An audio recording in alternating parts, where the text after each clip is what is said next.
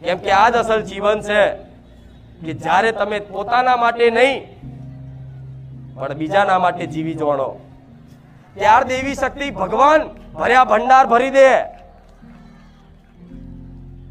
જગતમાં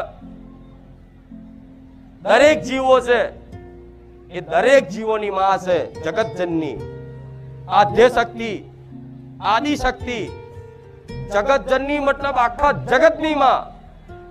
તો એમાં મનુષ્ય આવી ગયા, પશુ આવી ગયા, પક્ષી આવી ગયા, દરેક જીવ જંતુ નાના નાના બધાય આવી ગયા.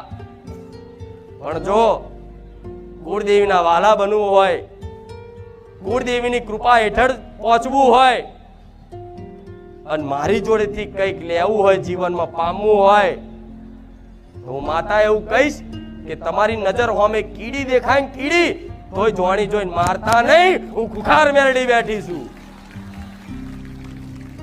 કે કીડીની અંદર આત્મા રૂપી પરમાત્મા મારો રોમ બેઠો છે, જે જીવાત્મા